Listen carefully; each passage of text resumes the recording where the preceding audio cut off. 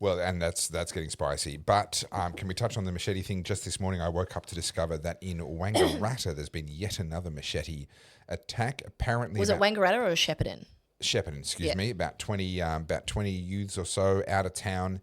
2 in hospital. Having at each other. Apparently, I mean, it's amazing to think that they would do such a thing with an illegal object. Well, they're impossible to get because you can't buy them. No, that's right. I mean, they've been banned, so I'm assuming that that's misinformation. Yeah. No. What it is like there's this weird Harry Potter spell. So the machetes actually are now animated. They can do things themselves. It's amazing. Explains so much. Wild, isn't it? And that's why they're dangerous. That's why the machetes are dangerous. Machete. It's right. They're the ones People with all the power. keep incorrectly blaming the person holding the machete, but it turns out it's the machetes doing it all by themselves. Correct. Oh, I'm so glad you cleared that up. So I obviously do my rants about this, and I've talked about this to the point where people are probably like, Carly, please stop. But the other day I made a point. I said that in Victoria now it is considered a hate crime to display a swastika. Yeah. But if you are underage and you cut someone open with a machete, you will be immediately bailed and you will get $100 fine. That is not that is fact. Yeah. That is a truth. And before people want to have at you about exaggeration, blah, blah, blah, look at the UK where people are going to prison for hurty words in a Facebook post. And yet there was a massive official cover-up of certain grooming gangs that happened. Like just compare the pair. And this is my point. So I put up that story, right? And then I had a bunch of people saying, Carly, but swastikas are a hate crime and you can't minimize it like this. And I was like, no, you're missing the point. You saw the trigger word swastika and then straight away flashes of Hitler popped up in your mind and flashes of Nazi concentration camps and Auschwitz because that word swastika carries so much weight for you. Yeah. But what you're not seeing is that while you're distracted with a picture being displayed, you're missing the actual physical harm of someone slicing someone's arm open with a machete. And the trauma and the trauma. Everything that goes with that. That happened recently. There was a guy named Mikey, I brought it up last week, his partner Frank, it was a homophobic slur, was said to them, and then this young kid literally slashed his forearm with a machete. Now, thankfully, Frank was able to undergo surgery and it doesn't look like he's going to lose any movement in his arm. But A, traumatizing. B, expensive surgery, rehabilitation, time off work, all of those things. The child that did it got $100 fine. And I made the point last week that my parking fines are more than that. Yeah. And people say, words are violence. No one has ever been punched in the pronouns. No. It has never happened. Words are not violence. And we talk about this regularly. If everything is violence, nothing is violence. Yes. And what we've done is we've said everything is violence. Just painting a swastika on a wall, using the wrong pronouns, all of these things. It's all violence now. And therefore, things that are actually violent, we're now pretending are nothing. Well, this is the issue. And I went at length on a rant about this yesterday. I can't imagine, Carly. I can't imagine you would do that. If you ever want to see my rants, you must follow me on Instagram. That's where they are. They're not here. I thought you were doing some pretty good ones here. Can't help myself. It's like, you know the Hulk, how the Hulk just like gets angry and he boils up? That's me with spicy Carls. All of a sudden this like jalapeno or like Carolina Reaper just like pops out. Like, That's a great T-shirt right there. Yeah, just like there's someone ripping my flesh open. This chili pops out. But please someone animate that in AI. That'd be great. So I made the point yesterday, and I was talking about how there's people who are sensitive to the fact that I've shared images of these youths that have been captured, right? So the one at Northland was against the Middle Eastern gang and a Sudanese gang, right? So you've got two minorities, dark skins, and apparently me sharing that photo was somehow racist because now we can't talk about crime if it's associated with a minority or a person of color because that's hurty. So this is 1984. I'm wearing the wrong shirt. This is 1984.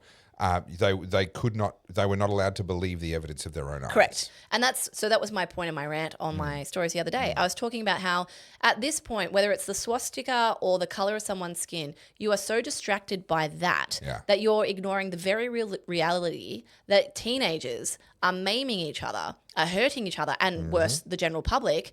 We can't talk about that because you're going to be distracted by the racism or, you might hurt somebody's feelings. Correct. And I said that this is why Jacinta Allan can't do anything. She's damned if she does, she's damned if she doesn't. I think that's been very kind to her, but yes, okay. Imagine if Jacinta Allan started putting these kids behind bars and a disproportionate amount of them are Sudanese or minorities. Sure. That's not going to look good, is it? Because people will be like, hang on a minute, incarcerations are going up for people of colour. Yeah. All of her lefties are going to start calling around on that. She's going to start losing her supporter base. Yeah, and the hypocrisy that she's now beholden to. We see that with Indigenous incarceration, where inquiry after inquiry has looked into it and said, hey, why are Indigenous people being incarcerated at much higher rates? Why are they dying more often in prison than other ethnic minority groups? And each time they come back and go, it's because they participate in the sorts of crimes that warrant them being imprisoned, and it's because oftentimes they end up passing away in prison as a result of overdoses or other things that they had when they got locked up. This is my frustration. There are very serious, important conversations that need to be had, but identity politics gets in the way. It muddies the water so that we can't have the conversation that would actually fix things a lot quicker. Instead, we have to suffer needlessly to the point we get to something has to happen. And when I said on my stories yesterday, it's going to escalate, not only am I saying that the young ones are going to escalate their crime because there's no consequences and they don't have any fear, you're going to see retaliation, and you're going to be seeing people taking the laws into their own hands. And then it'll get to a point where we not only are seeing crime like that, it's going to be retaliation crime, and people are going to die. Yeah. And I made this point the other day on Facebook. The reality is we're already seeing now that bubbling up of the retaliation, the resentment. And so the people that have cried crocodile tears of sympathy for refugees have now created the very racism that they said they were opposed to. They have manufactured the conditions. And if every single immigrant that came in here was simply automatically and immediately placed under the same laws as the rest of us, treated the same way for the same crime, then that resentment would never have boiled up. But it was this faux compassion. Oh, you can't hold them to the same standard. They've actually bred racism. Yeah, correct. They've come from a traumatized background. They've come from a war. You can't hold them to the same standard. That double standard is the reason why we're now seeing a rise in that sort of stuff. It's interesting you bring that up, because now I'm going to point us towards the neo-Nazi, whatever they call themselves, the white nationalists who went to Northland. And I might mention that Northland was closed and there was no one around when they did it because, nothing says coward like that. And they've gone and held up a sign that had a hurty word on it, and it said, I'm not going to say what it said, but it basically said, bad. It was their usual white supremacist trash. And so, of course, now that has hijacked the conversation, because now when I've looked at any of the left-wing media, it's all about how racist we are as a country. Because apparently, 12 individuals is representative of the entire population. I saw the photo. I actually deliberately made the choice not to republish the photo onto my own socials, because I'm like, I don't want to give these guys any airtime. That's what they want. And honestly, I really am. Early on, when they first sort of came out with a bit of prominence a few years ago, people were like, oh, these guys are controlled opposition, blah, blah, blah. And I was like, yeah, settle down. There are people that are that dumb. There are people that really do believe that kind of BS. But I'm looking at it going, actually, to go out and take that photo and publish that online at such a moment like this really is sabotaging any rational conversation. It's making it impossible for us to actually have what you talk about, the conversations that we need to have. And this is why I encourage you guys to push back when you see that. They are a minority of idiots. No one is behind those guys. They're losers, right? And the attention they get is the point. That's literally why they do it. You're playing into their hand. The whole point of them doing that is they knew they'd get the clip for socials and they'd be back in the headlines, because what are they doing? They're trying to recruit. And this is the thing that people misunderstand.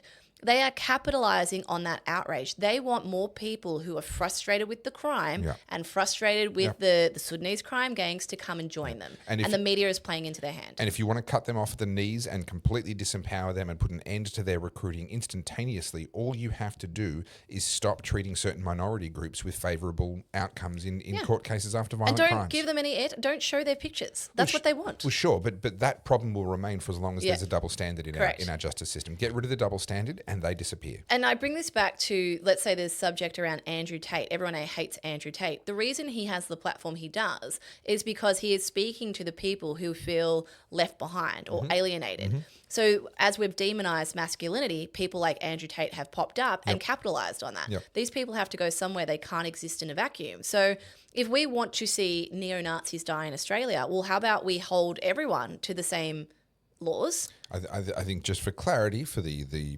censors listening to us, if we want to see neo-Nazism die out, I'm not sure that you meant did I you say the want to wrong see. thing? Well, you said you want to see neo-Nazis die, which I don't necessarily disagree with. I mean the ideology. But that is potentially a call to violence. So we're just going to... That is not incitement. I'm saying the ideology. Yeah, the ideology needs to die out. Die and down. on that, I'm in wholehearted agreement. Yes. But I think, again, as I've said, we are now self-censoring and self-policing our speech and avoiding conversations that are very real because we are worried about hurty words offending people. So now we jump at shadows as opposed to the real threats. And the actual real violence. Yeah. So... Anyway, I think we've done that topic to death. Just one more part in there. There was that footage that went around about the young boy who was jumped by a bunch of Sudanese kids. Yes. At a party, and they stole his speakers. Yeah, left him with a fractured eye socket. Sneakers. Fractured eye socket. Some pretty serious. I mean, that's once you're cracking someone's skull, that's a serious beating that poor kid has endured. And the trauma from that.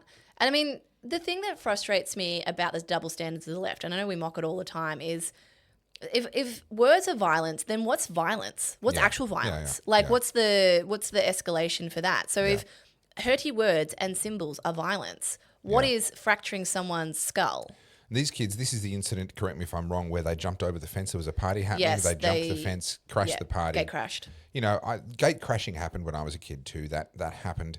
But you didn't see this kind of gate crashing a party with weapons for the purpose of having a fight, as opposed to be filmed on social media as well. Yeah, as opposed to gate crashing a party in the hope that you can sneak in and get some free drinks. Like that's a very different kind of dynamic at work now. Yeah, and you know, I always try and play the devil's advocate with this stuff. I'm like, was it like this when we were kids? And I grew up in Sunbury, and there was parts of Sunbury that were a bit rough. Sure, I grew up in Preston. Yeah, so like, you know, and then so Sunbury, and then, you know, there's Sunshine, and then there's St Albans. Snorbans. Yeah. And St Albans back then was like the dark shadowy place. I lived in St Albans for a year and a half. Yeah, absolutely. In Sunbury, that was considered the dark shadowy place in the Lion King, like you don't go there kind of thing. Yeah. That was like, it was put into my mind that St Albans was literally like you will get stabbed and murdered. Like, you've just watched another short clip from the Oddcast, and if you'd like to see the full video, it is over at our dedicated channel. That is the Oddcast HQ on YouTube. We will see you there. Don't forget to like, subscribe,